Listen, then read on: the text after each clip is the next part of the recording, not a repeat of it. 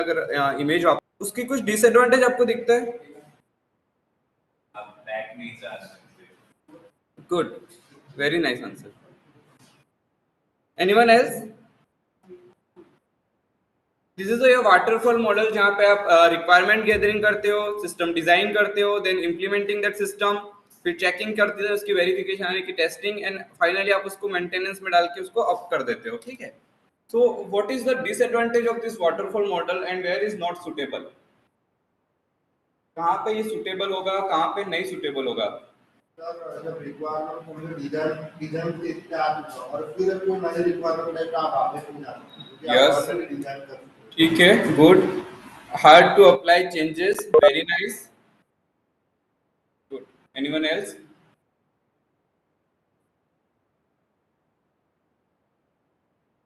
ठीक है, चलो हमें उसका लिमिटेशन पता चल गया कि it's very hard to apply the changes. जैसे कि जब तक रिक्वायरमेंट्स नहीं हो जाते तब तक आगे वाले जैसे डिजाइन टीम होगी फॉर एग्जांपल, तो वो कुछ काम नहीं करेगी, वो लोग बस बैठे गए।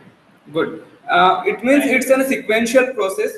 पहले वाला स्टेप होगा तभी दूसरा स्टेप होगा, दूसरा स्टेप होगा उसके बाद तीसरा स्टेप होगा, एंड जब तीसरा स्टेप हो गया तो आप सेकंड स्टेप पे नहीं आ सकते, ठीक है? फोर्थ स्टेप हो गया तो वापस से वन स्टेप पे नहीं आ सकते, ठीक है? एंड यहाँ तक यानी कि इम्प्लीमेंटेशन वेरिफिकेशन तक तो चलो ठीक है, बट अगर सारे स्टेप हो गए और आपने प्रोडक्ट मार्केट में लॉन्च कर दिया और उसके बाद कोई चेंजेस आए तो that is very much difficult. Yes, so ये लिमिटेशन पता चला कि वाटरफॉल मॉडल, और हमने बात करा था कि waterfall model is the first model in software engineering जो डॉक्यूमेंट करता है किसी प्रोसेस को कि किस तरह से नया सॉफ्टवेयर मार्केट में लॉन्च किया जाए, ठीक है? तो जैसे ये उससे पहले तो बिल्कुल रैंडम काम हुआ करता होगा, तो वाटरफॉल मॉडल आ गया, सब लोगों ने इसके बेसिस पे काम करना शुरू कर दिया, बट एट दैट एरा वो काम चल जाता था वाटरफॉल मॉडल से। बट जब धीरे धीरे लोगों को उसका लिमिटेशन पता चला, जब नई रिक्वायरमेंट आई और उसमें ये मॉडल सूट नहीं होने लगा, ठीक है, लिमिटेशन हमको भी पता चल गया, आपने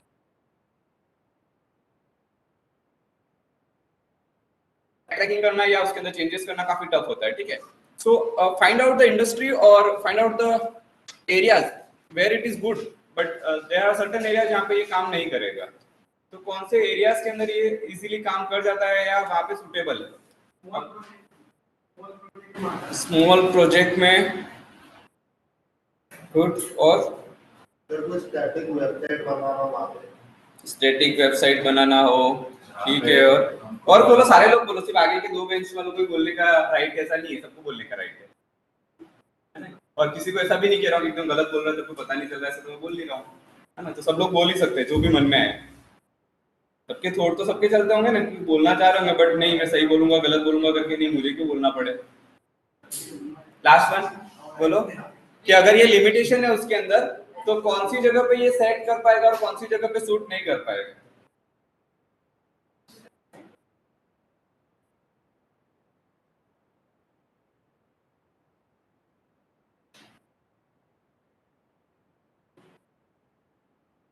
ये वाटरफॉल मॉडल तुम्हें दिख रहा है, उसका एडवांटेज पता चल रहा है कि जब शुरू में आप वाटरफॉल मॉडल देखोगे तो आपको बहुत एडवांटेज पता चलेगा, जैसे लास्ट लेक्चर में हमने बोला था कि आपके पास पहले से रिक्वायरमेंट पूरा गैदर कर लोगे, आप उसके लिए अच्छे से डिजाइन बना दोगे, फिर उसके लिए इंप्लीमेंटेशन टीम उस पर काम करते, तो पूरा एक मैप तैयार है आपके पास काम करने के लिए।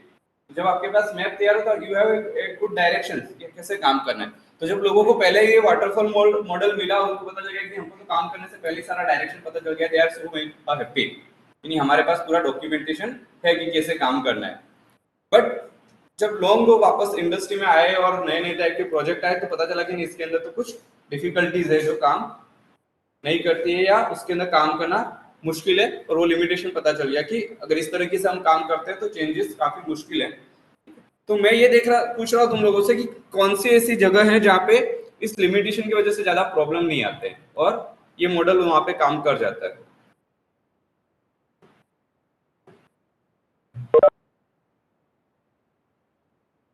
When we have clear requirement, good answer,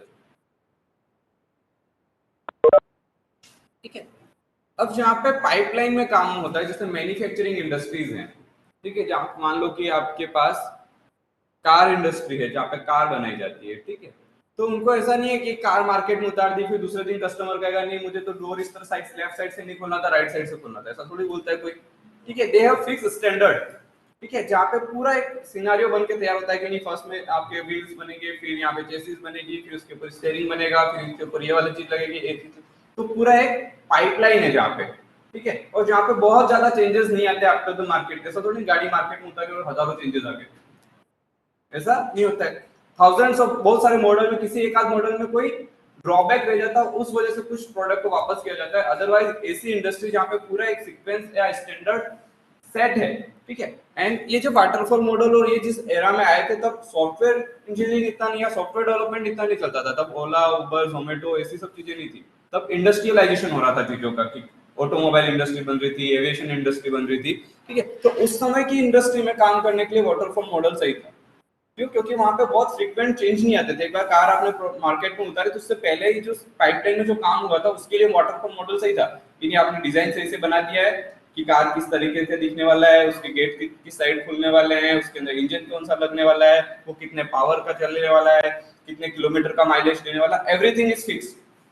ठीक है, फिर बाद में क्या इम्प्लीमेंटेशन में बस उस सीक्वेंस को फॉलो करना है, जितनी भी कार आएंगी उसी फॉर्मेट से आएंगी। तो अब ये जो प्रोडक्ट मार्केट में आता है तो उसके अंदर बहुत ज्यादा चेंजेस नहीं आते जब तक कि आपने बनाने में कोई फेलियर, मतलब इस प्रोसेस में कहीं फेलियर नहीं हुआ है, तब तक कोई चेंजेस नहीं आता है। ठीक है, एंड चेंजेस आता है तो उस कार के अंदर तो चेंज होता ही नहीं है। फिर मारुति 800 आई तो फिर अल्टो 800 निकालने की, नई गाड़ी निकालने की, है ना, वो 2-3 साल जितने साल तक चलेगा उस प्रोडक्ट को चलाएंगे। फिर रिक्वायरमेंट चेंज हुई कि नहीं अब सनरूफ वाली गाड़ी चाहिए तो उस गाड़ी के अंदर चेंज नहीं करने वाले हैं वो, they are going to launch new product. ठीक है, तो ऐसी जगह जहाँ पे सीक्वेंस में काम होता है, इंडस्ट्रियलाइजेशन है, जहाँ पे जैसे आप लोग पैकेजिंग इंडस्ट्री देखते हैं या मेडिसिन इंडस्ट्री देखते हैं, तो वहाँ पे इस तरह का मॉडल चलता है जहाँ पे पहले से सब कुछ क्लियर है, बाद में जाके यूजर से फीडबैक लेके कोई चेंज नहीं करना है।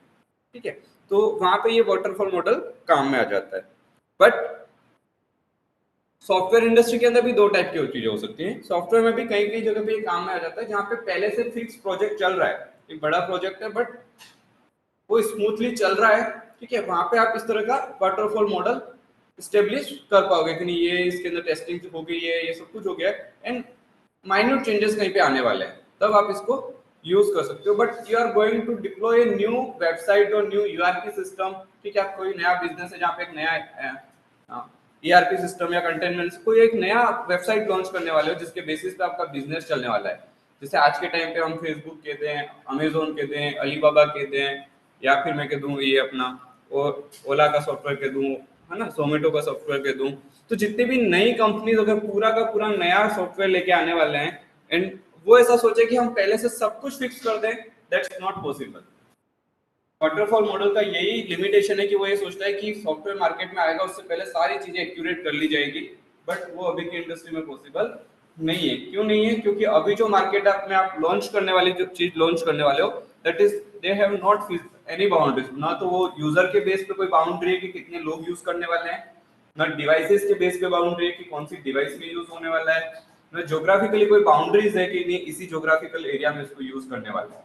ठीक है, जब आपके पास उसका यूजेस का फाउंडेशन नहीं है कि कहाँ पे यूज किया जाएगा सॉफ्टवेयर को, तो अलग अलग टाइप के टेस्ट केसेस आएंगे जो आप डिजाइन टाइम पे फिक्स नहीं कर पाओगे। वो तभी फिक्स होगा जब मार्केट में लोग यूज करेंगे और बताएंगे कि नहीं यहाँ पे ये चीज रह गई है। ठीक है, हो सकता है कि आज आपने 1000 लोगों के लिए बनाया कि अहमदाबाद में 5000 लोग हैं जो ओला को यूज करते हैं। ठीक है, बट सडनली 8-10 दिन के बाद नवरात्रि आ गई और बहुत सारे लोग ओला को यूज करने लगे, तो मार्केट सिनेरियो चेंज हो सकता है, तब आपकी एप्लीकेशन क्रैश हो सकती है। ठीक है, तो ऐसी एप्लीकेशन जो पूरे ऑल टाइम चलने वाली, और मैंने लास्ट टाइम पे भी बताया था कि जो सॉफ्टवेयर बेस्ड बिजनेस है या वेबसाइट बेस्ड बिजनेस है ना, वो लाइफ टाइम उस सॉफ्टवेयर को यूज करते रहते हैं। ऐसा नहीं है कि एक बार प्रोडक्ट बना के दिखा दिया, यूज कर लिया, ओला वाले को दे दिया एंड देन ओला को आईटी की जरूरत नहीं है, ऐसा नहीं होता। उसको एंटायर टाइम के अंदर क्या है, आईटी की जरूरत है। तो ऐसी जगह पे जहाँ पे बार बार फ्रिक्वेंटली चेंज आते हैं, वहां पे वाटरफॉल मॉडल काम नहीं आता है। ठीक है, यानी कि वाटरफॉल मॉडल ये प्रिडिक्ट करता है कि सब कुछ करेक्टली मैं पहले से पता कर लूं, but that is not feasible in current scenario, जहां पे बिजनेस पूरा का पूरा आईटी पे डिपेंडेंट और वास्टली जगह पे फैला हुआ है, हर जगह पे उसको यूज किया जा रहा है, कोई इतने सारे टेस्ट केस बना के चेक नहीं कर सकते हैं। क्लियर है? तो अजाइल फ्रेमवर्क कहाँ पे आएगा? जहाँ पे वाटरफॉल मॉडल फेल हो जाता है या वाटरफॉल मॉडल काम नहीं करता है। अब ऐसा नहीं है कि सिर्फ एक ही मॉडल बना था वाटरफॉल मॉडल, ठीक है, there are so many models are there in software engineering. अगर आपके अगले सेमेस्टर में सॉफ्टवेयर इंजीनियरिंग आता है तो वहाँ पे बहुत सारे मॉडल बने थे। वाटरफॉल मॉडल था, फिर स्पाइरल मॉडल था, फिर इटरेटिव मॉडल था, ऐसे बहुत सारे मॉडल्स अवेलेबल थे। तो हम लोग सीएनसी कंपोनेंट के अंदर देखेंगे कि कौन कौन से मॉडल्स अवेलेबल है। बट अभी सबको क्लियर है कि वाटरफॉल मॉडल ने क्या इजी किया और क्या चीज उसके लिए टफ है, कहाँ पे ये फेल हो जाता है। Those who are online confirm me. अगर आपको अभी भी लगता है कि नहीं सर वाटरफॉल मॉडल यहाँ पे क्यों फेल हो रहा है, यहाँ पे क्यों नहीं हो रहा है, तो आप अलग अलग केसेस के साथ उसको मैच करके देखो, ठीक है। मैं कह रहा हूँ कि एक टाइम था जब पहले से सारे फिक्स होते थे, या ऐसी इंडस्ट्री जहाँ पे पूरा प्रोसेस पहले से फिक्स है, बाद में जाके ऐसे हर जगह चेंजेस नहीं आने वाले हैं, ठीक है, कि नहीं मुझे कार के अंदर की होल लेफ्ट नहीं राइट साइड में चाहिए, ऐसा कोई कस्टमाइज करके नहीं बोलने वाला है, ठीक है, कि नहीं मेरे को क्या कार की साइज जो है 4 इंच नहीं 10 इंच चाहिए, मुझे बड़ी वाली की चाहिए, ऐसा कोई यूजर रिक्वायरमेंट नहीं आता है कि मुझे स्टीयरिंग की साइज ऐसी नहीं ऐसी चाहिए, ऐसा रिक्वायरमेंट नहीं आता है। बट आपके अगर सॉफ्टवेयर आपको बना के दिया है तो आपको कोई कह सकता है कि नहीं मुझे यूजर का आइकन लेफ्ट में नहीं राइट में चाहिए, मुझे लॉगिन जो विंडो है उसके अंदर यूजर नेम पासवर्ड नहीं, उसके अंदर कॉन्टैक्ट नंबर भी चाहिए, ठीक है, मुझे यूजर प्रोफाइल के अंदर छोटा सा आइकन नहीं, मुझे थोड़ा सा बड़ा आइकन चाहिए, मुझे कंपनी का लोगो लेफ्ट साइड में नहीं राइट साइड दिखाना है ना, ऐसा सब हो सकता है कि नहीं मुझे जहाँ पे यूजर लॉगिन करे मुझे उसकी करंट लोकेशन चाहिए, मुझे उसके पिछले 4 घंटे की हिस्ट्री चाहिए, उसने पिछले 4 घंटे में कहाँ कहाँ पे विजिट किया है, ठीक है।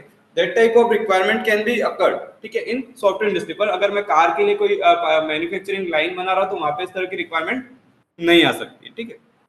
तो आप थोड़ा सा उसको विजुअलाइज करिएगा कि कहाँ पे वाटरफॉल मॉडल काम नहीं आता है और क्यों हमको एक नए टाइप का टेक्नोलॉजी की जरूरत पड़ी। सो अगेन हम लोग वापस आ जाते हैं हमारे टॉपिक पे, that is the agile framework, ठीक है। एंड ये भी एक तरह से प्रीफेस है हमारे सिलेबस का, क्योंकि हम पढ़ने वाले हैं डेवऑप्स और हम उससे पहले की चीज देख रहे हैं कि डेवऑप्स से पहले क्या कहाँ पे आ रहा है, ठीक है। तो डेवऑप्स जो काम करता है, नाम से ही पता है, हमने पिछले 2 लेक्चर में यही बात करी है कि DevOps is working between the development and operation team, कि दोनों को सिंक में करने के लिए या दोनों के बीच का जो काम है उसको रैपिडली मार्केट में पहुंचाने के लिए डेवऑप्स टीम काम करती है। तो जो डेवलपमेंट और ऑपरेशन टीम काम करती है, तो डेवलपमेंट को जो प्रोजेक्ट मिलता है वो कहाँ से मिलता है, क्लाइंट से मिलता है। तो किसी भी कंपनी का जो लाइफ लाइन है कि उसका बिजनेस चलेगा या नहीं चलेगा, इन एनी आईटी कंपनी जहाँ पे आप जॉब करने वाले हो, उसका जो लाइफ लाइन है वो है उसका प्रोजेक्ट, उसका क्लाइंट।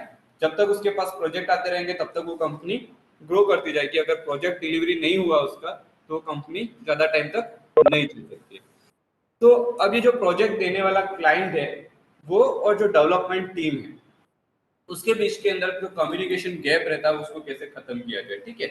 मान लो कि वाटरफॉल मॉडल के थ्रू यहाँ पे जो पहला स्टेटमेंट था रिक्वायरमेंट और design, that is relevant to the customer. आपका बीडी टीम जो होगा या बिजनेस एनालिस्ट का जो पर्सन होगा वो क्लाइंट के साथ बात करेगा और उससे रिक्वायरमेंट और डिजाइन फाइनल करवाएगा, ठीक है। बट अभी ऐसा होता नहीं है कि पहली बार आपको क्लाइंट मिला या दूसरी मीटिंग में या तीसरी मीटिंग में क्लाइंट आपको सारी रिक्वायरमेंट बता दे और वो आप समझ जाओ। It's not possible. वो क्या करेगा, जब आपका इम्प्लीमेंटेशन हो जाएगा और जिस दिन आप उसको बताओगे या जिस दिन लास्ट में प्रोजेक्ट उसको फाइनल करके दोगे ना, उसके बाद उसकी रिक्वायरमेंट चेंज हो जाएगी। अरे बस तो क्लाइंट की जो रिक्वायरमेंट है वो फिक्स रिक्वायरमेंट नहीं है। क्लाइंट के पास थॉट आते रहेंगे जैसे जैसे चीजें बनती जाएगी। जैसे हम लोग प्रैक्टिकली सोचे, जैसे हम लोग घर बना रहे हैं, ठीक है, तो क्या करते हैं कि पहले तो एक मैप बनवा लेते हैं, ठीक है। तो मैप इज वाटरफॉल मॉडल कि पहले इस तरह का इसका बेसमेंट होगा, फिर उसके ऊपर साइड में किचन होगा, फिर यहाँ विंडो होगा, यहाँ पर। बट ड्यूरिंग द प्रोसेस जब घर बन के शुरू होता है तो बीच बीच में हमारे आइडियाज चेंज हो जाते हैं। फिर हम कहेंगे कि नहीं, जो विंडो की साइज 2x3 की थी उसकी जगह बड़ी सी साइज 5x5 का विंडो लगवा देना है। हमने किचन के अंदर सिंपल प्लेटफॉर्म करवाया था, वहाँ पे फर्नीचर भी करवा देना है, वहाँ पे चिमनी भी लगवा देनी है। हमको बाहर गैलरी के अंदर ये चीजें भी कर देनी। तो वो कब किया हमने, जब हमें विजुअलाइज लगने लगा कि नहीं घर इस तरह से बन रहा है। तो कई बार ऐसी चीजें होती हैं कि हम रन टाइम पे क्या करवाते हैं, चेंजेस करवाते हैं। बट अगर ऐसा होता है कि नहीं, आपको मैप बना के दे दिया और लास्ट में जाके वापस बुलाते घर बन गया उसके बाद में, अब देख लो आपका घर बन के रेडी है, और तब आप बताते कि नहीं मुझे ये चेंजेस चाहिए। It's very much difficulty. एक बार पूरा प्रोडक्ट बन गया और उसके बाद आपको कोई वापस ले जाके बताया कि नहीं आपने जो मार्क बनाया था उसके हिसाब से प्रोडक्ट बन गया, बट उसके बीच में तो आपके 10 फ्रेंड के घर और बन गए और आपको लगा कि नहीं मेरा घर तो उसके जैसा होना चाहिए था। होता है ऐसा कि आप कहीं और घूमते घूमते कहीं और चले गए और वहां पे देख के आए कि नहीं आगे तो अच्छा है, मेरा भी बन रहा है, वहां पे भी इम्प्लीमेंट कर देते हैं।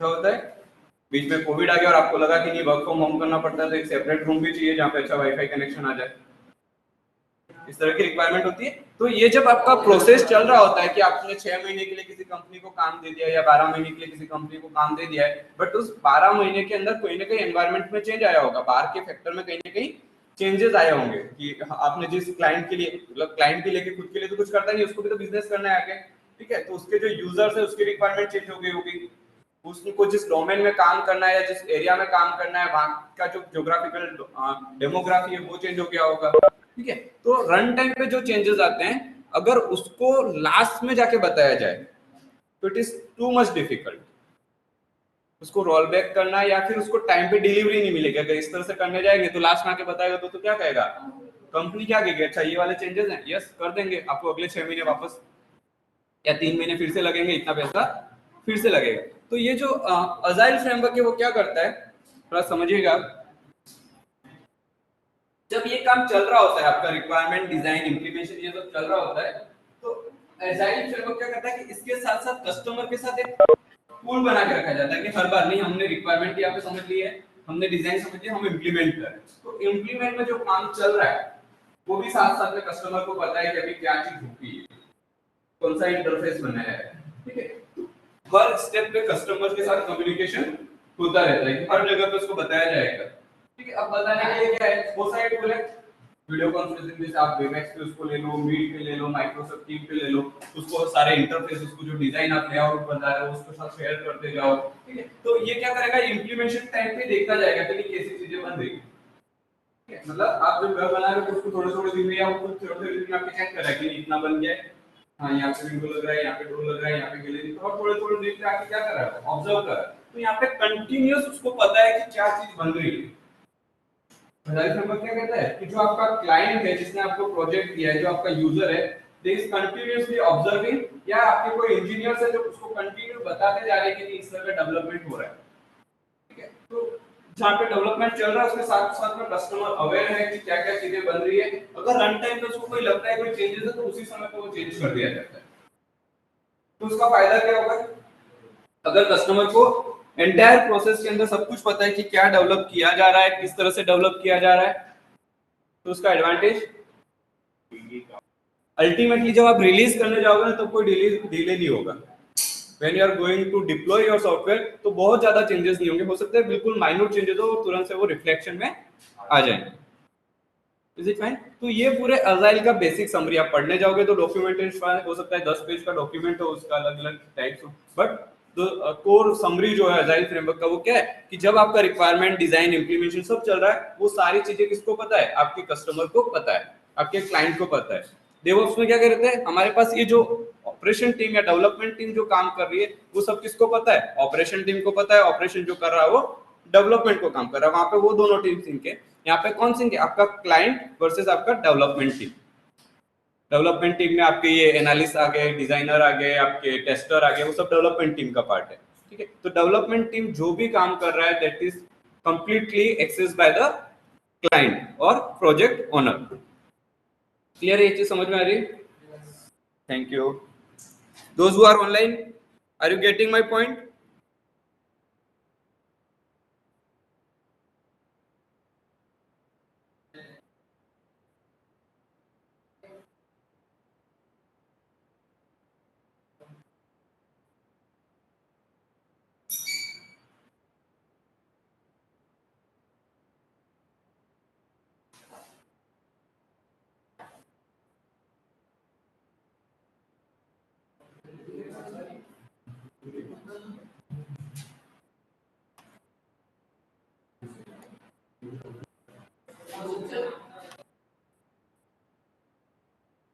है ना, जो लोग थोड़ा सा सर्च कर सकते हैं, just find out the meaning of agile, तो आपको बहुत सारी चीजें पता चल जाएगी।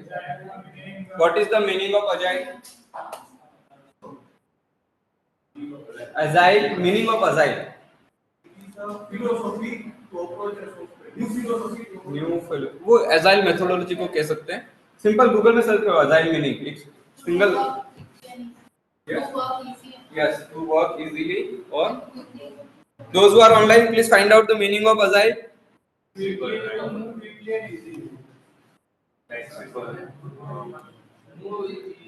Able to move quickly and easily, ठीक है। तो ये जितना 4-5 डॉक्यूमेंट में जो लिखा है ना, 4-5 पेज अगर आप देखोगे ना, तो उसके नाम में ही है सब कुछ। किसी भी टेक्निकल टर्म को अगर आप मीनिंग यस तो अच्छा मत। अरे शॉर्ट में तो समझाया अभी। हाँ सही बात है। फायदा क्या उसका?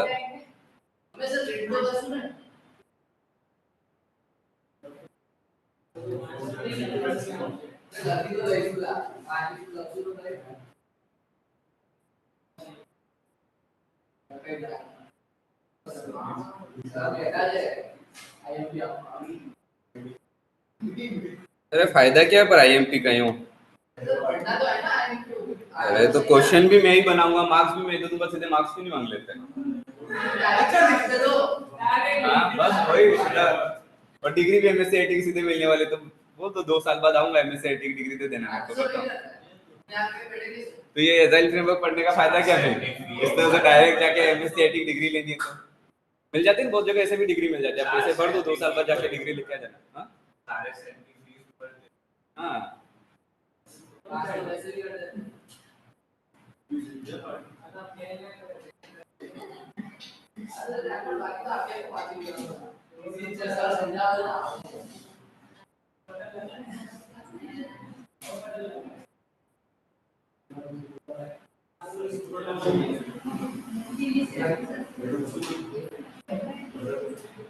ठीक है। तो यहाँ पे जो आपके चैप्टर 1 में या पेज 1 पे जो लिखा हुआ है, दैट इज ऑल स्टोरी जो मैंने एक्सप्लेन किया है आपको। और प्लस करूं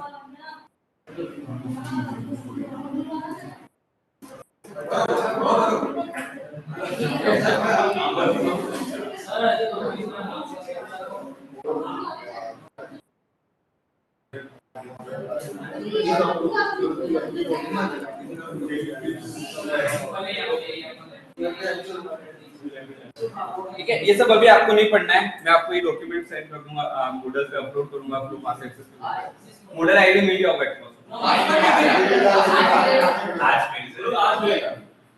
आपके यूजर नेम पासवर्ड सब क्रिएट कर दिया है, वो सेहल मैडम आपको मेल करेंगे। जिनके मेल आईडी नहीं है वो लोग मेल आईडी सेहल मैडम को करवा देना, वो आपको दे देंगे।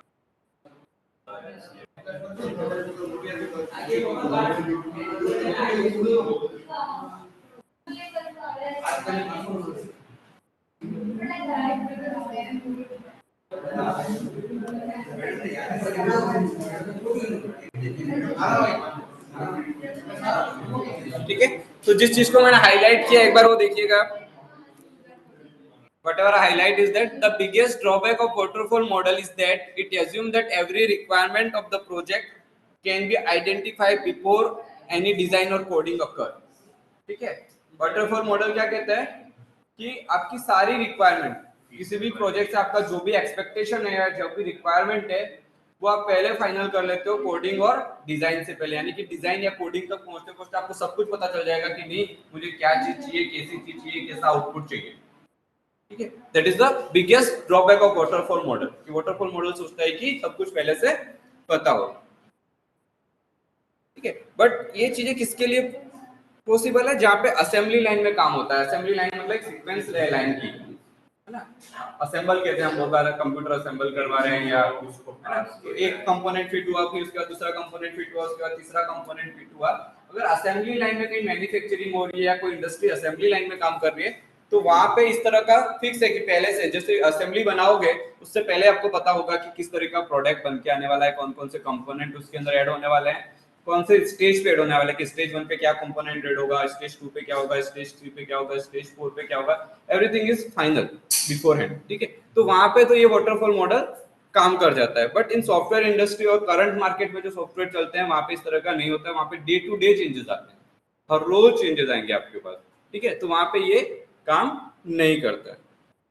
तो यही सब कुछ यहाँ पे लिख रखा है। अब ये जो अजाइल के जो स्टेप है, अगर मैं फ्रेमवर्क लगा देता हूँ कि नहीं जहाँ ऐसी इंडस्ट्री में काम करना है जहाँ पे डे टू डे चेंजेस आ रहे हैं, तो क्या किया जाए। ठीक है। तो इस मॉडल का जो ड्रॉबैक है वो यहाँ पे निकाला जाएगा। वाटरफॉल मॉडल का जो ड्रॉबैक है उसी को यहाँ पे खत्म किया जाता है कि यहाँ पे जो प्रोसेस चल रही है वहाँ पे किसके साथ इंटरेक्ट किया जाए, यूजर के साथ इंटरेक्ट किया जाए। That is the simple thing. But वो आइडिया और उसको मैनिपुलेट करवाने का या किस तरह से उसको इम्प्लीमेंट किया जाए कि आप एक आईटी कंपनी में एक सॉफ्टवेयर बना रहे हो और एक क्लाइंट है जो आपका कोई बिजनेस चला रहा है या बिजनेस चलाने वाला है, दे हैव नो, जरूरी नहीं है कि उनको आईटी का नॉलेज भी हो कि किस तरह से सी के अंदर प्रोग्राम होता है, किस तरह से पाइथन के अंदर प्रोग्राम होता है, किस तरह से वेबसाइट बनती है। They don't know that. ठीक है, उनको तो यही लगता है कि हमने कहा वो कर देंगे वो। ठीक है, तो उसको करने के लिए क्या चाहिए, क्या वो फिजिबल है या नहीं है। ठीक है, तो वो सारी चीजें उसको समझाने का और वो जो बोल रहा है उसको अपने समझने का, वहां पे गैप रह जाता है कि क्लाइंट आपको जो कह रहा है वो आपका बिजनेस एनालिसिस सही से समझ के आया है और वो बीए आपको सही से बता पा रहा है। ठीक है, क्योंकि वहां पे बहुत सारे लोग हैं, एक क्लाइंट है, फिर उसने बिजनेस एनालिस्ट को बताया, फिर आपका एक सिस्टम एनालिसिस होता है जो डिजाइन करता है सारे टूल्स एंड उसको किस तरह का वे ऑफ फ्लो होगा आपका, फिर वो सिस्टम एनालिसिस जो पीडीएफ बनाएगा वो एक्चुअली डेवलपर के पास जिसको जावा पाइथन सी या एचटीएमएल ऐसा कुछ आता होगा वो करेगा। ठीक है, तो इन सारे लोग एक दूसरे से जब कम्युनिकेट करते हैं तो लेयर बनती जाती है। तो जो क्लाइंट ने कहा वो एक्चुअली डेवलपर समझ पाया या नहीं समझ पाया, क्योंकि उसके बीच में 3 लोग और आए। ठीक है, तो वो पूरा फ्लो ये डिसाइड करता है। तो ठीक है, सबसे पहले होता है डिफाइन इनिशियल रिक्वायरमेंट, जो आपका रिक्वायरमेंट गैदरिंग था।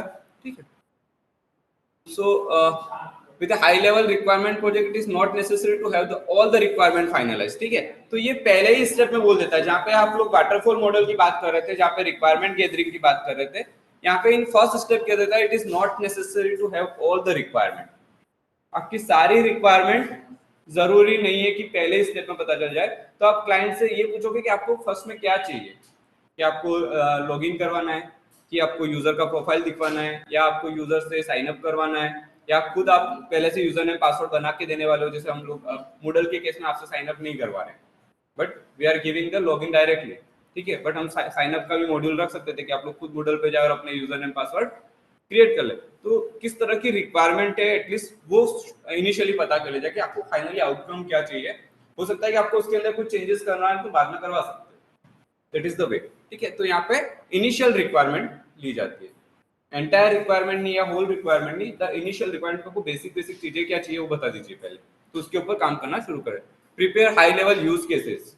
ठीक है, अब आपके पास एक सब्जेक्ट आएगा जिसके अंदर आप यूज केस डायग्राम बनाओगे, ओएडी है ना, इसीलिए ये सारे सब्जेक्ट सीन्स में रखे गए हैं। तो ओएडी डायग्राम जब बनते हैं तो आपके पास पता चल जाता है कि नहीं यूजर आया तो क्या करना है, एडमिन आया तब क्या करना है, गेस्ट आया तब क्या करना है। तो different type of test cases के थ्रू आप ये अलग अलग टाइप के डायग्राम उसके अंदर बनाओगे ताकि आपको फ्लो पता चलेगा कि किस तरीके से काम किया जाए। देन आता है प्रिपेयर हाई लेवल प्लान। ठीक है, this is the most useful step जहां पे आपने यूज केस बना लिए, अब आप प्लानिंग पे आते हो। एंड यहाँ पे आपके प्लानिंग जो है, ठीक है, वहां पे सब लोग इकट्ठे होते हैं। जब आपका प्लान डिजाइन हो रहा है तो आपका क्लाइंट भी वहां पे होगा, आपका प्रोजेक्ट मैनेजर जो पूरा एंटायर प्रोजेक्ट हैंडल करना है वो भी वहां पे होगा, डेवलपर टीम भी वहां पे होगी, जो क्यूए है वो भी वहां पे होगा। तो सारे लोग इन दो केस पे कि आपकी इनिशियल रिक्वायरमेंट क्या है, उसके लिए जो आपने डायग्राम बनाया उसको लेके प्लान तैयार किया जाएगा कि हम इतने टाइम में खत्म कर देंगे। क्लाइंट बताएगा कि मुझे इस तरह का चीजें चाहिए। तो यहाँ से वो शुरू होता है एक्चुअल प्रोजेक्ट का इम्प्लीमेंटेशन। ठीक है, देन अब आता है बिगिन इटरेशन। अब इटरेशन शुरू होंगे, ये नया स्टेप है। क्या मीनिंग है, कोई गेस कर सकता है what is the meaning of iteration? जब जो डेवलप हो चुका होता है उसका इटरेशन चालू होता है, जब जो प्लान के हिसाब से कोडिंग चालू होता है, प्रोटोटाइप। इटरेशन मतलब जो बार बार घूमता रहता है, जैसे हम लोग फॉर लूप में कहते हैं फॉर आई इक्वल्स टू 10, तो 10 टाइम इटरेशन हो रहा है। ठीक है, उसको कई बार हम लूप की जगह कई बार सिलेबस में देखोगे तो इटरेशन एंड ब्रांचिंग ऐसा भी लिखा हुआ रहता है। ठीक है, तो इटरेशन मतलब जो चीजें बार बार रिपीट हो रही है। ठीक है, तो अब यहाँ पे उसका रिपीटेशन शुरू हो जाता है इसी फेज पे, सीधा नीचे आके नहीं, यहीं पे क्या होगा, रिपीटेशन शुरू होगा कि जो हमने प्लानिंग किया था वो सही है, जो हमने यूज केस बनाया वो सही है। ठीक है, तो यहीं पे बार बार प्लेटफॉर्म डिजाइन और उसके साथ बार बार मीटिंग होगी, क्लाइंट के साथ बार बार मीटिंग होगी, आपके डेवलपर के साथ मीटिंग होगी, जो बीडी है उसके साथ मीटिंग होगी। तो एक मास्टर प्लान तैयार किया जाता है कि नहीं that is the somehow finally ऐसा आउटपुट आने वाला है। तो 2-3 स्टेप के बाद किया हमने, पहले उससे रिक्वायरमेंट ले ली, उसके लिए यूज केस बना लिया और उसके बाद उसके पास वापस है। वहां पे क्या था, शुरू शुरू में उससे सारी रिक्वायरमेंट ले ली थी। ठीक है, तो इतनी सारी इटरेशन के बाद एक मास्टर प्लान तैयार होकर आ जाता है, फिर उसको बिल्ड किया जाता है, उसके लिए टेस्ट केस, फिर सिस्टम टेस्टिंग पे जाता है। ठीक है। सिस्टम टेस्टिंग के बाद वापस से यूजर इवेल्यूएशन पे आता है, ठीक है। यानी कि बहुत सारे अलग अलग टाइप की यूजर्स उसको इवेल्यूट करेंगे, जितने टाइप के आपने यूज केस बनाए। आपने अगर यूज केस बनाया कि नहीं, मान लो कि हम मूडल बना रहे हैं, तो हम स्टूडेंट है तो स्टूडेंट का एक यूज केस बनाएंगे कि स्टूडेंट को इनरोल करेंगे, उसको कोर्स विजिबल कराएंगे। एक टीचर है तो वो किस तरह से उसको एक्सेस कर सकता है। मूडल का जो मैनेजर है या जो मूडल को एडमिन करता है वो किस तरह से करेगा। डेवलपर अगर मूडल का उसके अंदर आके चेक करता है तो वो किस तरह से करेगा। तो जितने भी रोल प्लेयर हो सकते हैं, जिसको स्टेक होल्डर बोला जाता है, ठीक है। IT industry you can call them stakeholder. Stakeholder means जो किसी न किसी तरीके से उस सिस्टम के अंदर पार्ट रखता है। वो हो सकता है यूजर के फॉर्म में, वो हो सकता है इन्वेस्टर के फॉर्म में, वो हो सकता है कंपनी के फॉर्म में, वो हो सकता है प्रोजेक्ट मैनेजर के फॉर्म में। तो जिस फॉर्म के अंदर भी वो किसी न किसी फॉर्म में पार्ट लेता है किसी प्रोजेक्ट के अंदर, दैट कॉल्ड स्टेक होल्डर। तो जितने भी स्टेक होल्डर होते हैं उनके बेसिस पे उसका इवैल्यूएशन किया जाता है, ठीक है। और उसके बाद वापस से बोला जाएगा कि any more changes required, change required है तो फिर से रिपीटेशन, ठीक है। तो इस तरह से बार बार रिपीटेशन के बाद जो प्रोडक्ट फाइनली लॉन्च होके आएगा, और ये साइमल्टेनियसली चल रहा है। ऐसा नहीं कि एक बार एक काम कर दिया फिर दूसरा काम किया, ऐसा नहीं। साइमल्टेनियसली सारी चीजें पैरेलल प्रोसेसिंग हो रही है ना। जबकि वो क्या था, सीक्वेंशियल था, एक काम खत्म फिर दूसरा तीसरा, इस तरह। ये बार बार बीच बीच में से वो एक बनाया, फिर वापस ऊपर गए, फिर वापस नीचे आए, फिर वापस ऊपर गए, इस तरह से, ठीक है। तो यहाँ पे जो फाइनल प्रोजेक्ट आएगा उसमें बहुत चेंजेस की रिक्वायरमेंट नहीं रहती है। हो सकता है कि हार्डली एक आध कोई चेंज बच गया होगा जो लास्ट में आपको फाइनली करना पड़ेगा। तो इसमें क्या रैपिड डेवलपमेंट होगा और रिलीज इजीली हो जाएगा। कोई चेंज भी आए तो ऐसा मैं हर स्टेप पे चेंज करते जा रहा हूँ, तो जो लास्ट में चेंज आएगा वो लास्ट के स्टेप पे तो आएगा। कि मैं 9 से 10th स्टेप पे आया, मैं 8 तक तो चेक करके आया हूँ बार बार। तो अब 9 से 10 पे आया तो 10 पे आके कौन से स्टेप पे चेंज करना होगा मुझे? 9 पे तो चेंज करना होगा। एंटायरली 1 से तो शुरू नहीं करना है मुझे, ठीक है। तो जस्ट एक स्टेप बैक करने की जरूरत पड़ेगी और मैं वापस से उसको रिलीज कर पाऊंगा। तो जब मुझे एक ही स्टेप बैक जाना है तो वापस आने में कितना टाइम लगेगा? अगेन एक ही स्टेप में वापस 10th स्टेप पे आ जाऊंगा मैं, ठीक है। तो यहाँ पे जो आपका रिलीज है वो बहुत फाइनली हो जाता है, और इसका जो मेन गोल है कस्टमर सेटिस्फेक्शन वो बहुत ज्यादा रहता है। तो एजाइल का जो कोर प्रिंसिपल है, जो principle 1, that is the customer satisfaction. कि आपने क्या किया है, एंटायर पूरे प्रोसेस में कस्टमर को बाइंड करके रखा है, उसके साथ ट्रस्ट बिल्डिंग करके रखा है कि आपने जो जो बोला है उस हिसाब से काम किया है। जहां पे आपको जरूरत थी वहां पे चेंज करके दिया है, ठीक है। और कस्टमर को पता है कि किस तरह से डेवलपमेंट एंटायर उसके प्रोजेक्ट का हुआ है। क्लियर है? तो उसको और डेप्थ में पढ़ना है आपके पास तो बहुत सारा है पढ़ने के लिए। There is so many point.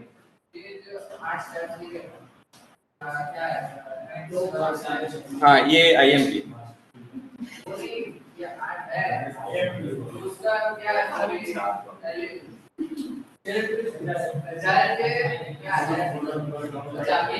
Main stage in agile, किस तरह से अजाइल काम करता है। ये दूंगा बेटा, पीडीएफ में दूंगा पूरी।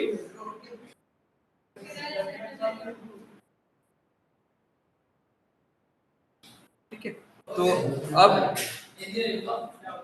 क्लियर समझ में आ रहा है वाटरफॉल क्या था, अजाइल क्या था, डेवऑप्स क्या है, हम इसको क्यों पढ़ रहे हैं वो समझ में आना चाहिए। देखो पहली चीज ये समझ में आ गया, वो ज्यादा जरूरी नहीं है कि मुझे अजाइल पता चल गया। क्यों हम अजाइल की बात कर रहे हैं जबकि वो अभी मार्केट में नहीं है, या क्यों हम उस वाटरफॉल मॉडल की बात कर रहे हैं जो अभी मार्केट में नहीं है, ठीक है। बट ये कंफर्म मान के चलो कि आज जो मार्केट में है वो 5 साल या 10 साल बाद फिर से मार्केट में नहीं होगा। आज जो तुम चीज पढ़ के जाओगे, चाहे तुम जावा पढ़ के चले गए, जावा के अंदर स्प्रिंग फ्रेमवर्क पढ़ के चले गए, हाइबरनेट फ्रेमवर्क पढ़ के चले गए, कि आज मार्केट में वो ट्रेंडिंग है, बट मान के चलो कि 5-7 साल के बाद उसकी कोई वैल्यू नहीं है। बट आज हम इसको इसीलिए पढ़ रहे हैं क्योंकि आने वाले 7 साल बाद जो नई टेक्नोलॉजी आएगी वो इसी बेस पे सीखोगे। आज मैं कह रहा हूँ कि वाटरफॉल मॉडल या अजाइल जैसे हम पढ़ रहे हैं तो आपको ये पता होना चाहिए हम क्यों पढ़ रहे हैं। इसलिए नहीं पढ़ रहे हैं कि मार्केट में बहुत डिमांड है अभी, वाटरफॉल मॉडल तो आज काम ही नहीं आता, कहीं पे खत्म हो गया है वो तो। पर इसलिए पढ़ रहे हैं क्योंकि हम ये वाटरफॉल मॉडल पढ़ेंगे तो उसके बेस पे जो अजाइल पढ़ा है, उसके बेस पे डेवऑप्स बना है, उसके बाद जो नया कुछ आएगा तो उसको सीख पाओगे। तो बी अजाइल, है ना।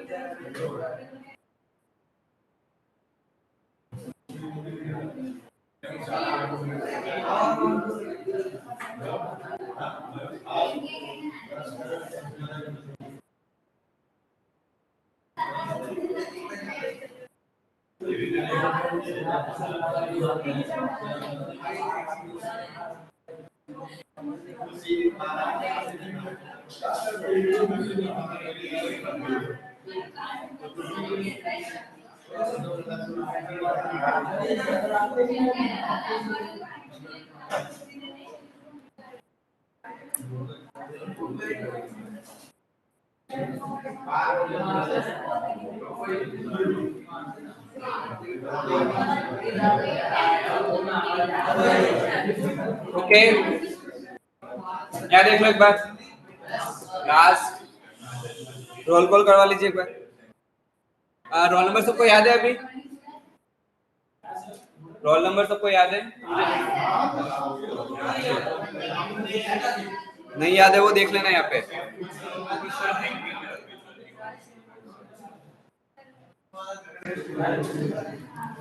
सो रोल नंबर 1 गुरु किरण,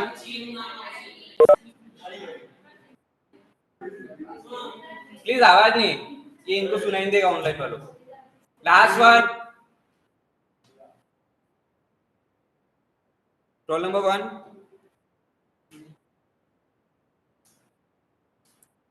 2 3 Present, sir. 4 5 6 7 8 नीतीश नहीं है, 9 10 पूर्वा 11 भव्य 12 13 14 15 16 17 Yes, sir. 18 19 20 21 22 23 24 25 26 25 Jinal, yes, yes. 26 Vishwa,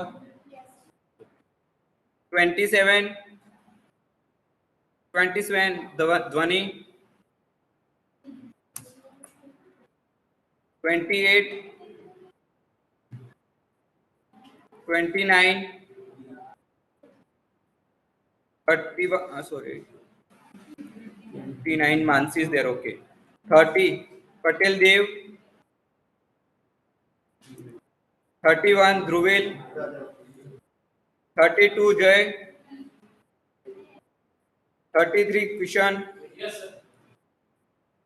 34 35 36 37 37 Prajapati Kaushal, 38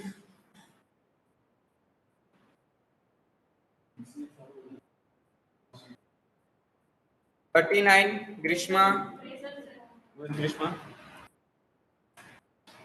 40 Shubham, yes. 41 Nurez, 42 Rutvik, 43 Jaimin, 44 Dhruv, 45 Dhaval, 46 Hemin, 47 Jainil 47 नहीं है, 48 Jaini, 47 present, Jainil. 47 present, okay. Yes, sir. 49 Minoli, 50 Namrata, roll number 50, 51 51 Nishtha, 52 प्रिया Priyanshi sorry 53 मोहित 54 अविनाश 55 अंजलि 55 56 57 58 59 60 जय Rathore Yash Yash Maulik Suhani Twinkle Twinkle is there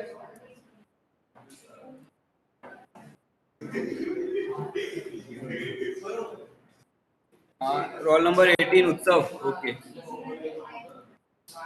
yes 8 18 anyone else इसका attendance रह गया हो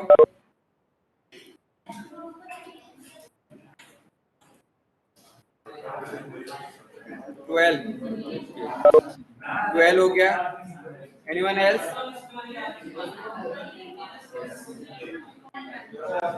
Ganesh number क्या बेटा Ganesh Rawal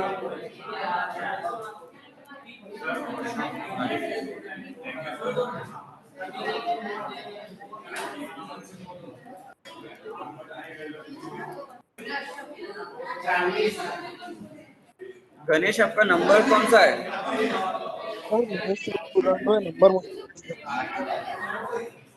chat box में लिखिए बेटा नंबर नहीं पता है ओके मैं कर दूंगा ठीक है चलो